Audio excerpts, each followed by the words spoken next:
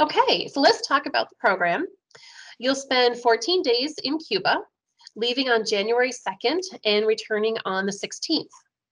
However, you should expect to complete a coursework after the trip as well, continuing until January 23rd. The program would earn you 3 credits and satisfy Res A.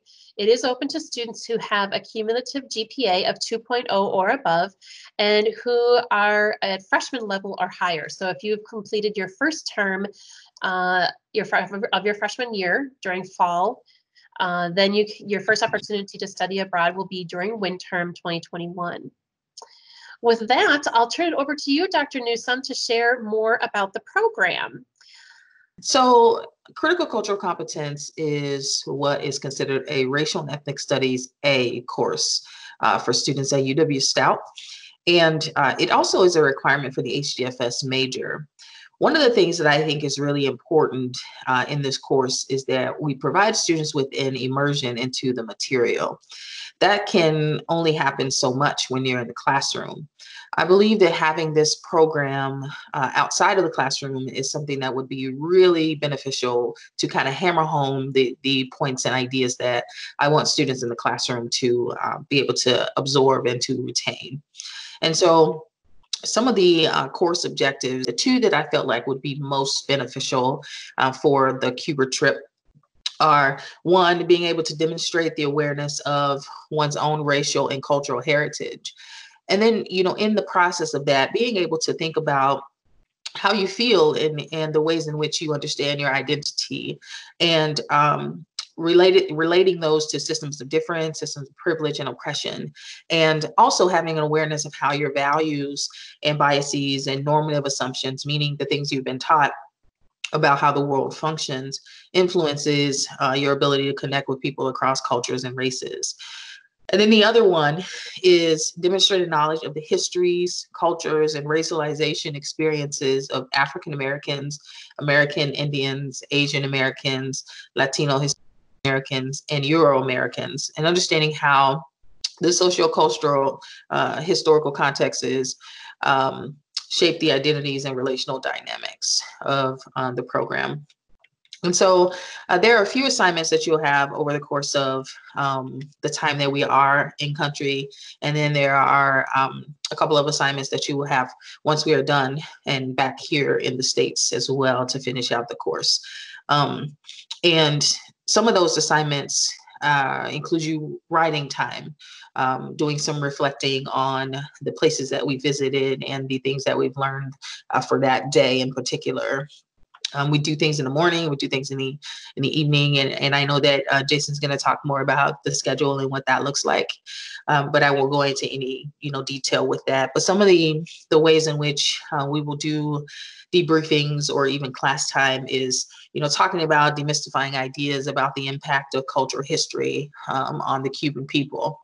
And as Andrea mentioned, Cuba is not a relatively open country. And so we have a wonderful opportunity as an educational institution, as well as working with an educational program, to be able to go into the country and experience its culture and learn more about the things that we may not have had access to previously. And so we are in country for 14 days. And usually during that time, there's some individual reflection time. And some of the questions that I will have you answer, and this is just kind of consistent throughout, would be: in what ways does the knowledge you gain today affect your view of people who are different from you? How can I educate others about what I've learned?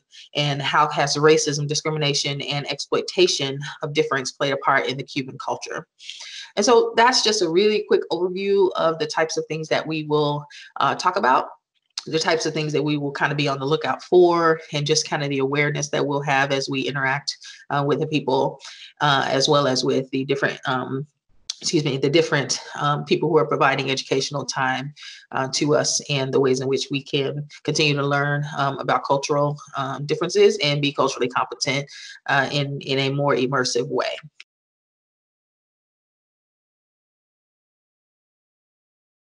In conjunction with the former director of the Multicultural Student Organization, we talked about having the opportunity to have students who may not be apt to participate in study abroad, go on a trip, and leave their normal environments and be able to kind of immerse themselves in a culture with people who may have some of the shared experiences in their own countries that they may have, the students may have here in the United States.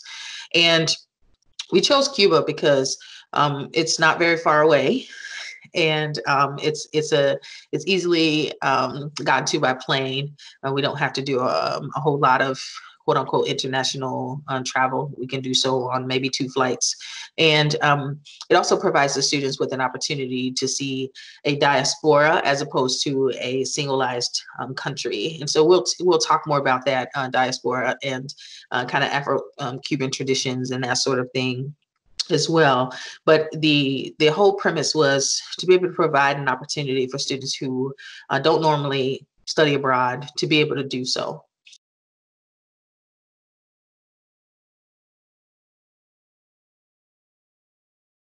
I want them to have kind of that hands-on experience. One of the assignments I used to have the students do is a cultural immersion assignment where they would have to find a group of people who practice different things. It could be religion, it could be just cultural heritage, it could be a wide variety of things, and they would immerse themselves in that for a day, if that. It had to be longer than 2 hours. But this experience, they actually will be immersed in the culture, and the culture will be all around them, and they will have to make the adjustments. They will have to be the ones to focus in on what's happening around them and really pay attention to how the culture and the communities operate. And so I think that provides a better lens for people to be critically culturally competent. That's the hope. And when you think about critical, you think about, you look at something, you examine something in depth. Cultural, you look at a culture in depth. And incompetent, you provide an opportunity for the students to have some knowledge of how the culture or cultures function and the ways in which they can think critically about their interactions with people from certain cultures. Okay, before we bring in Jason, I wanted to take a minute to talk about cost.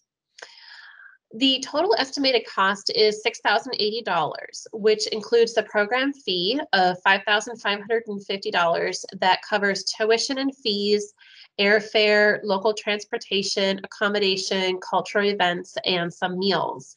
The total cost also includes about $530 for out-of-pocket expenses, such as airline baggage fees, meals on your own, and spending money for souvenirs, etc.